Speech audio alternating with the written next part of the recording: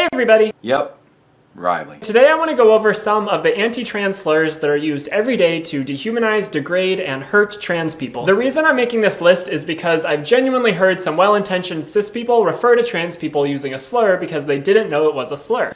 See, the reason I'm doing this video isn't to say Riley's wrong.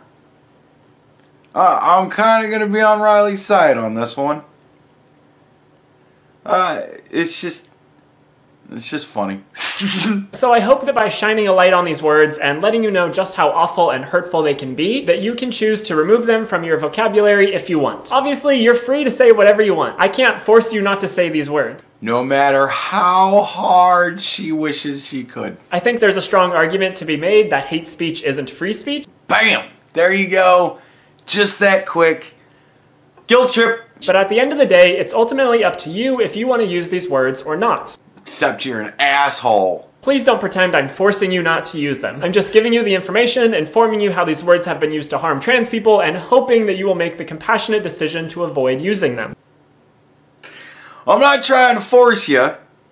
I'm trying to guilt trip you into doing it.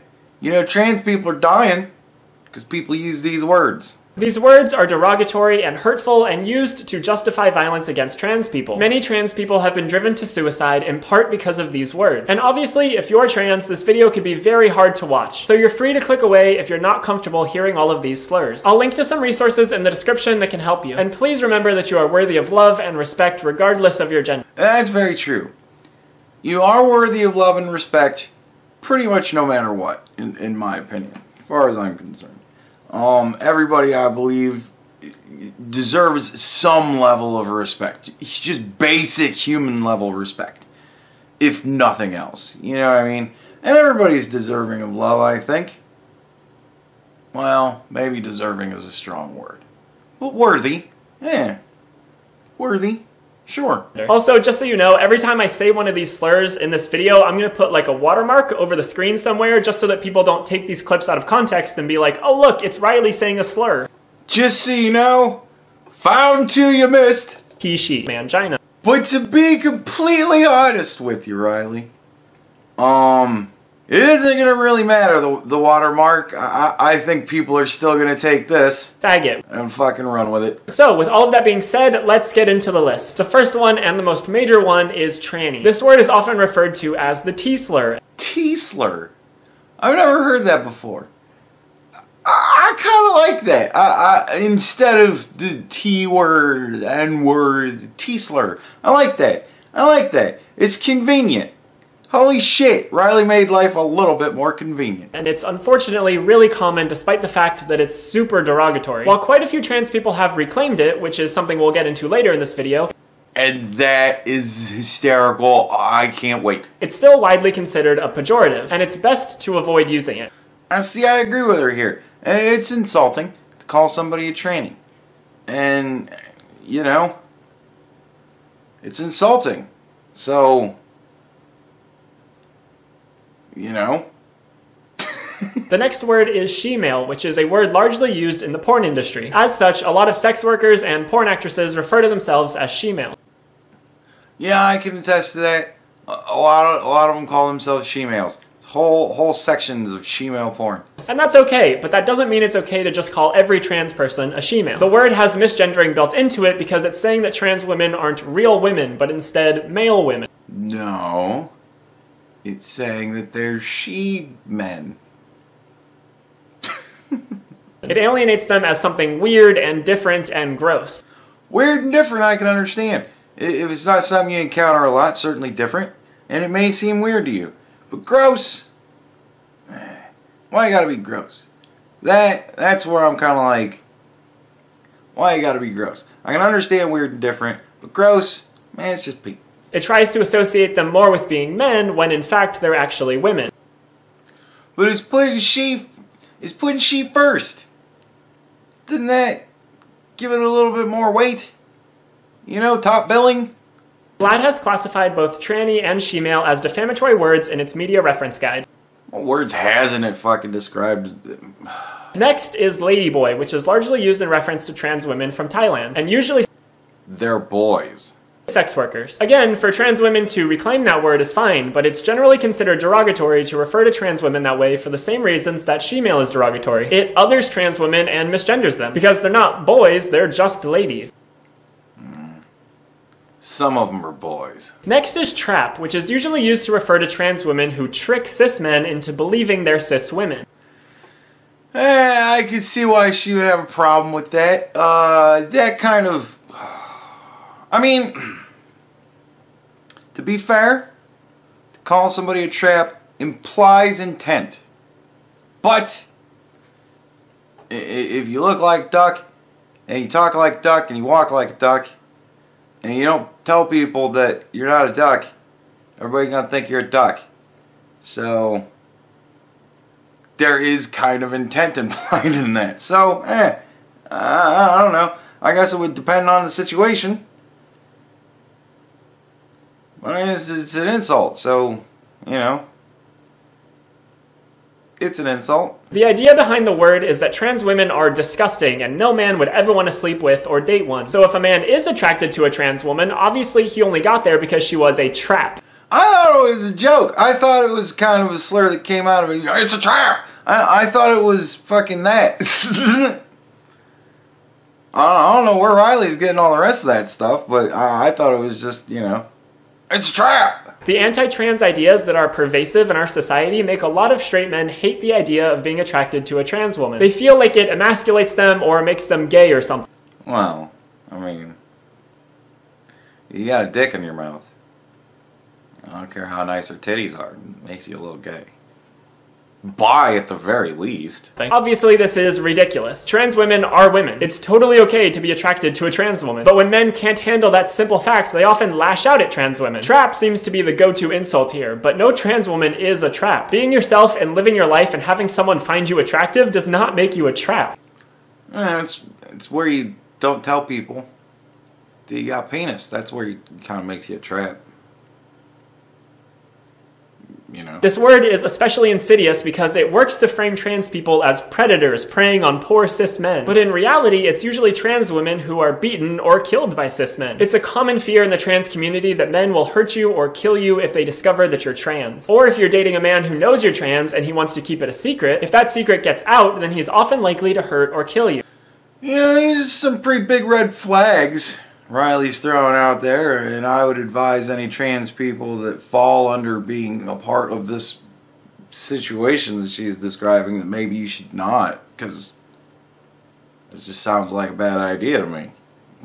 Just saying. This has happened countless times, and sadly, not only do men often get away with this, even when they are caught, they can use the trans panic defense. While trap may just be a slur, it does unfortunately have some institutional backing. Currently, 48 states still allow trans panic as a legal defense against the murder of a trans person. Basically, the argument is that someone becomes so blinded with rage when they find out that someone is trans that they just have to kill them. It's a horrible, horrible excuse to murder someone, and it shocks me that this defense is still legal in so many states. I gotta be honest, like, I mean, pretty much any defense is legal. I don't know what the fuck she's talking about there. But, like, you know, that's crazy that that's an accepted defense. That people can get off for murder for that. That's kind of fucked up. You know, we already have temporary insanity, you know, pleas that can be made. I don't get how we need to have trans panic. But, yeah, that is kind of fucked up. That's pretty specific. I don't know if that's really real or not, but if that's really real, my official position is that's kind of fucked up. So yeah, that's why this slur is so bad, because it plays into that idea that trans people are deceitful and therefore they're gross and should be hurt or killed. Well, Jesus, you're making an awfully big fight. You went fucking far from getting beaten to killing. Jesus Christ. And I don't think that it really furthers that. I always thought it was a trap. Like, I didn't think it was designed to kill people. Next is thing. A lot of people, when they don't know what gender someone is or when they want to dehumanize a trans person, call them a thing. I mean, yeah, but that can be used pretty much for anybody. I think it's obvious why this is dehumanizing. People are not things. Trans people are not that thing. They are humans, and they deserve the same basic respect as all other humans. Fair enough. All humans deserve basic respect. But when you're insulting somebody, you know what I mean? Like, I don't know. Maybe it's just me. Maybe it's only because I only insult people when they really deserve it. Next is it. Did I get you? In a similar vein to thing, people use this when they don't know someone's gender or want to dehumanize them. For the first case, if you don't know someone's gender or pronouns, just ask. If you can't ask, then use they or them. It's a perfectly gender-neutral alternative. And yes, it can be used as a singular. Just don't call people it. That's extremely dehumanizing. And the easiest way to justify violence against a group is to first dehumanize them. Yeah. That's why I love it when you make all those white people are monsters videos and men are monsters videos. Because that doesn't dehumanize us at all. Next is he, she. I don't mean he/she, like when someone is talking vaguely and they're trying to be gender neutral. I still think using they is a much better gender neutral alternative that is less clunky and also includes non-binary people. But that's not the usage of he, she I'm talking about. I'm talking about when someone intentionally refers to one individual as he, she. Yeah, you totally missed every time in this one where you didn't put your little watermark over your face. What are you doing? Again, if you don't know their pronouns, ask. If you can't ask, use they. But saying he, she when referring to a single person is similar to the word she-male. It's a kind of they're not fully he or she thing. It's insulting and just unnecessary. It's usually really easy to find out someone's pronouns. I would say that it's really easy to find out somebody's pronoun because you fucking look at them and extrapolate from what you see. You want to add the additional step of asking them fucking directly. What do you want me to refer to you as?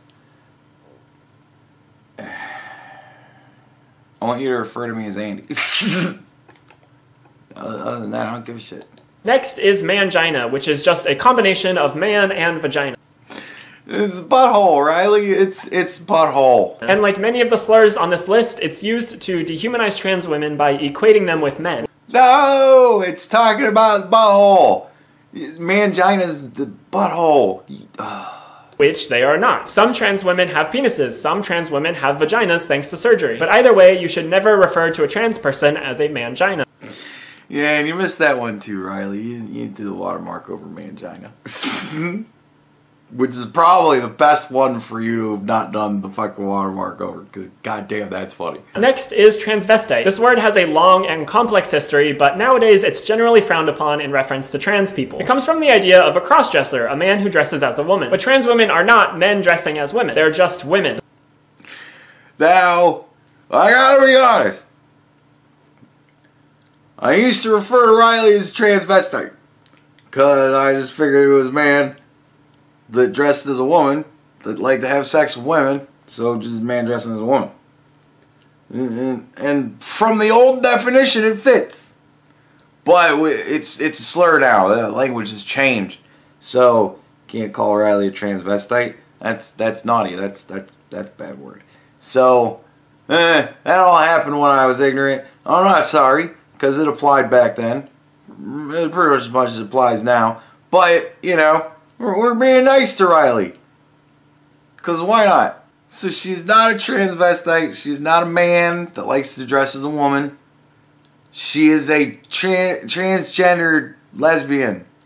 She's a transgender woman that likes to have sex with lesbians.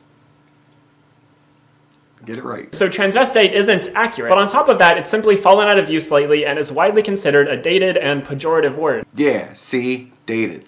Next is hermaphrodite, which is generally a slur used against intersex people, but I've seen it leveled at trans people as well. This is also an old, outdated word that used to mean people who had both male and female aspects of their body. But today, it's just a pointless word most commonly used to other trans and intersex people. Yeah.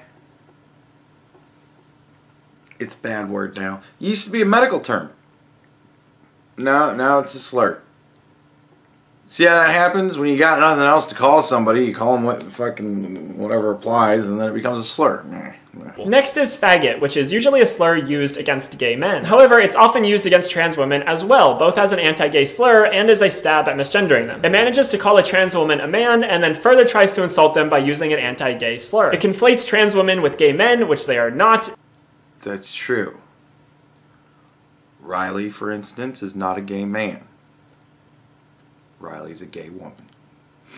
and in general is just a very derogatory word. So those are all the main anti-trans slurs that I'm aware of, though obviously there are probably more than that out there. Please don't use these words. Again, I can't force you not to use them, but I'm recommending it with every bone in my body.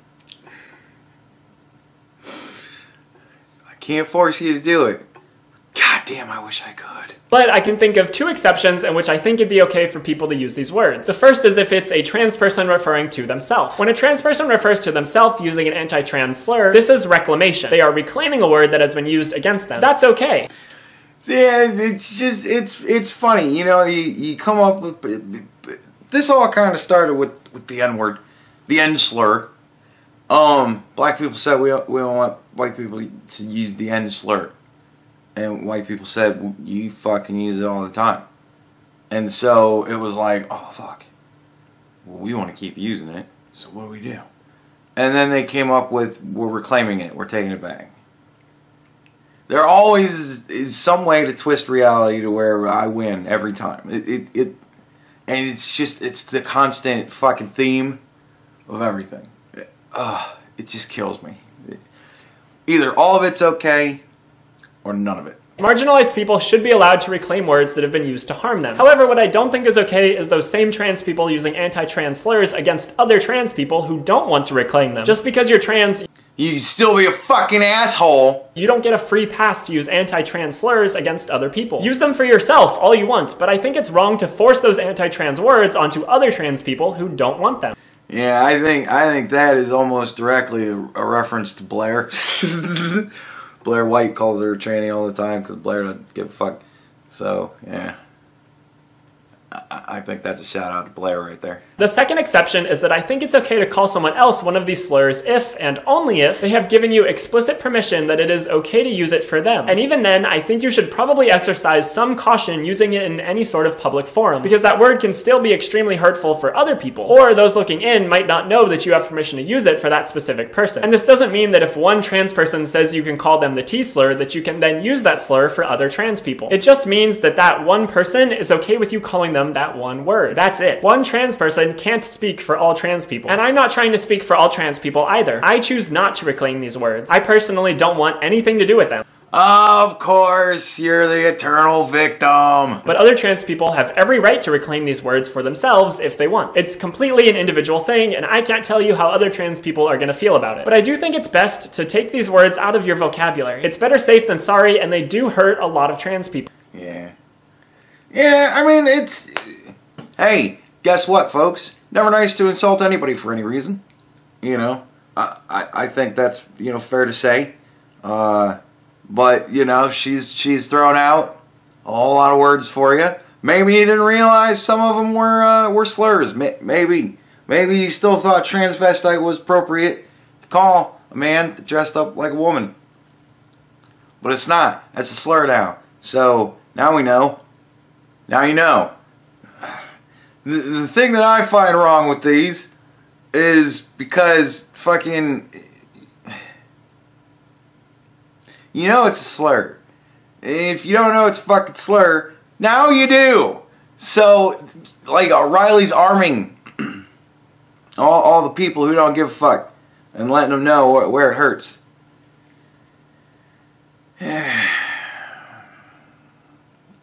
I don't know. You know, God bless Riley. She's doing her thing. She's trying her best. But I don't know. Sometimes I'm kind of like, well, why did you bother to make this video? But hey, you know, he, she, mangina, faggot.